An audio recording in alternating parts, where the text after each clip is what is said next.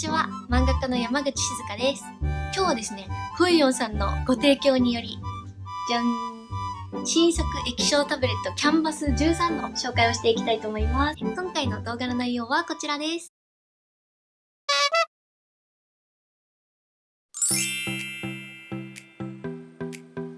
先に気になるお値段を発表したいと思います。液晶タブレットって基本高いイメージがあると思うんですが、このキャンバス13はなんと239ドル、日本円で25,000円から3万円で購入することができます。サイズがノートパソコンくらいで小さめだからか、初めて漫画やイラストを描きたい方でも買いやすい値段となってます。スペックはこんな感じなんですが、お仕事で使うにも申し分ないと思います。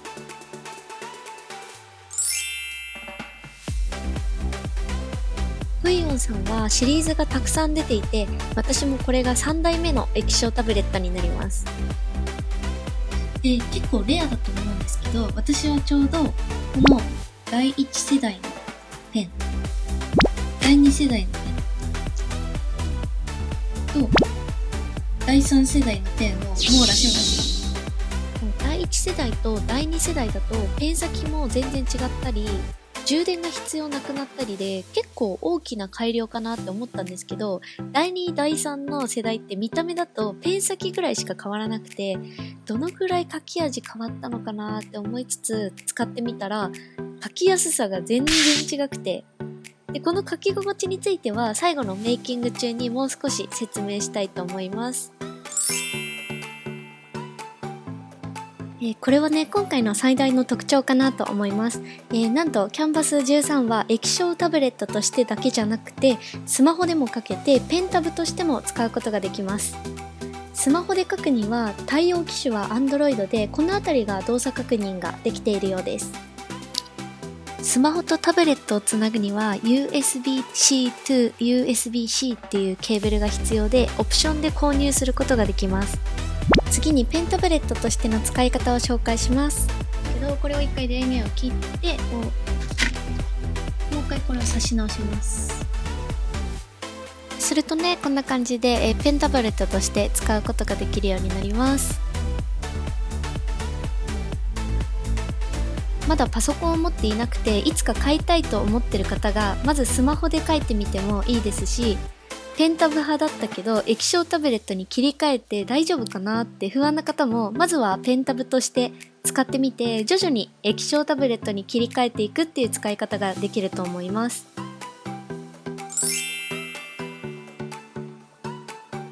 これ個人的にはかなり嬉しい機能でした。実は外でいつでも書きたいと思ってキャンバスプロ12を買ったんですけど、コンセントによる電源供給が必要だったんですね。で、そうなるとカフェとかでも意外と自由にコンセントを使えるとこってないじゃないですか。だから結局お家用になってたんですけど、今回なんと、コンセント不要でどこでも書けるようになりました。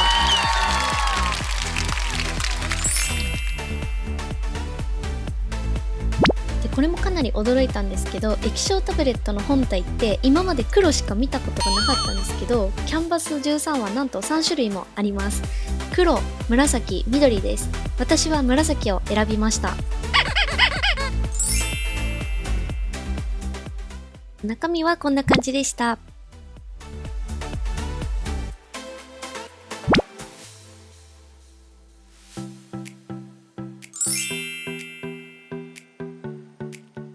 はい。ではですね、商品の解説をしながら、イラストについても紹介していきたいと思います。まずですね、率直に言いますと、かなり書きやすくなってて驚きました。従来のフンヨンさんの製品より、なんかペンと画面の距離が近づいた感じがするっていうか、もっと紙に書くような感覚に近づきました。ペンがですね、第1第2だと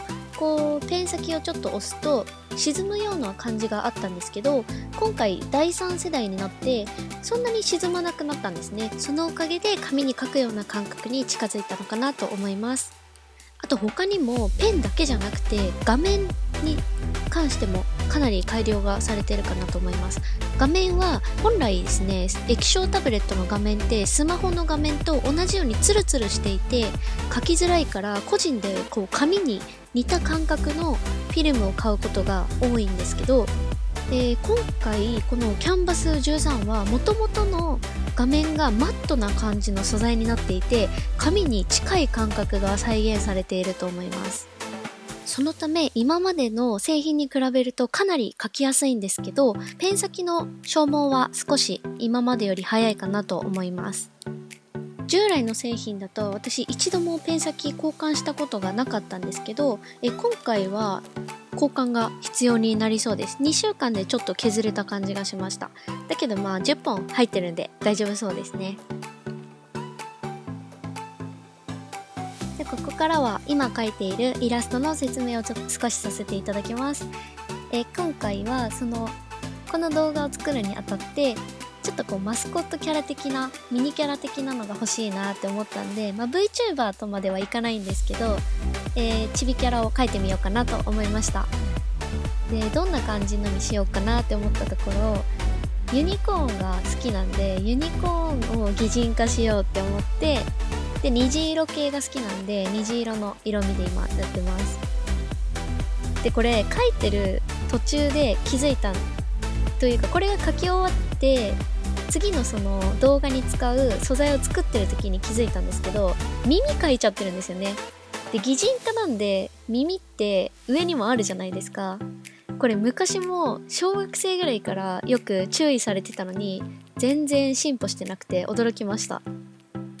でこのあと描いたイラストたちは耳なくなってると思います。人間の耳の方が消えてます。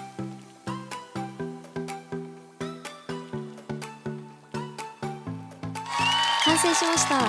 色味がね、ふんやさんの画面で見てた時の方がピンクとか鮮やかに表現されてたかなと思います。やっぱり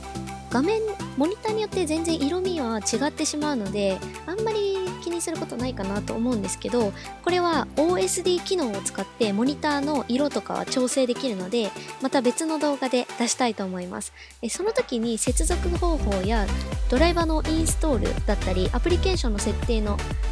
動画も出せたらなと思います。はい、いかがだったでしょうか。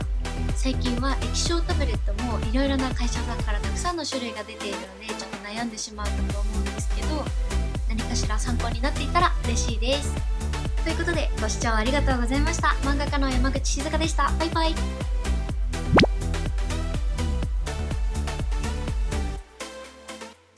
さっきのねユニコーンのイラストの時には全然解説する隙間がなかったんで、もうちょっと、描いてる時に考えてることなど解説していこうかなと思います。今回はこのツイッターにあげたい漫画を描いてるとこでした。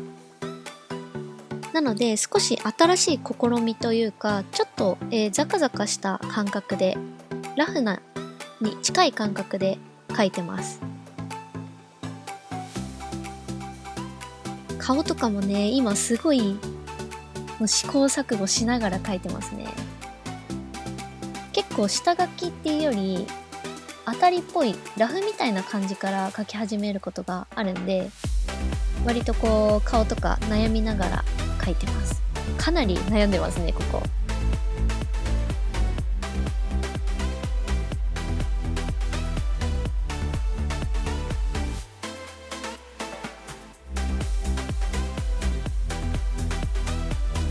ポーズもちょっと、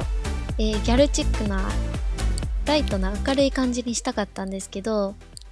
なんか角度悪いかなと思ってまた当たりを引き直したり、ここも結構悩みながら描いてる部分ですね。でこうもう悩みすぎちゃってわけわかんなくなってギャルポーズとかで検索してたりするんで、そういうなんか空白の時間は今カットしてお送りしております。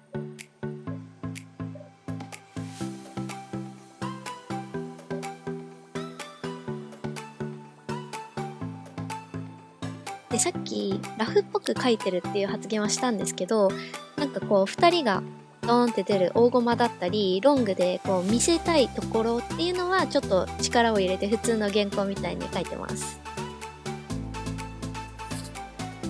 あとねやっぱり改めてこの自分で書いてるところを見て思ったんですけど、結構人と話してる時があって、リビングで書いてるんで、こう誰かと会話してたり、携帯をいじってたりで空白の時間がありますね。あ、来ました、ここ。こういう風に、ちょっとこう、難しいなーっていうポーズだったり、手の具合だったりは、写真を撮って、それを見ながら書いたり、こう言って今トレースみたいな感じでしながら書いたりもしてます。で、このトレース、この時したんですけど、結局なんか後から見て、指太いなーって思ったんで、結局書き直しました。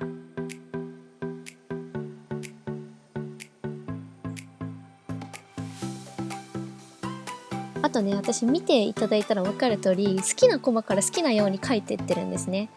なんかモブキャラがいっぱいいたり、背景がすごい多いコマって、やっぱり大変じゃないですか。なんで結構後に回しがちで、どんどん自分の好きなコマから完成させていって、こう達成感を味わいつつ完成に向かって進むっていうスタンスでいつも書いてます。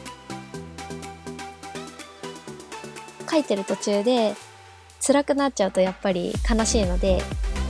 好きなコマから自由に書いていって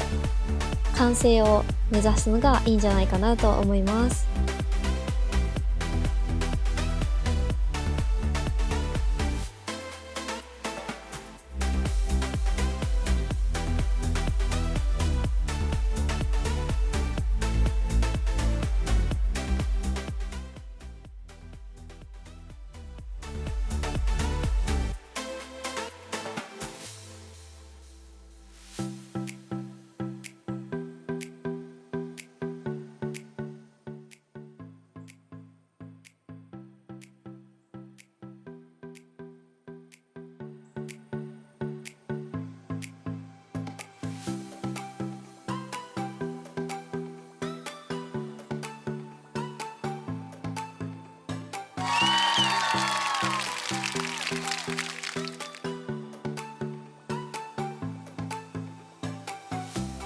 この漫画は全4ページで Twitter に全部上げているので、よかったらチェックしていただけると嬉しいです。それではご視聴ありがとうございました。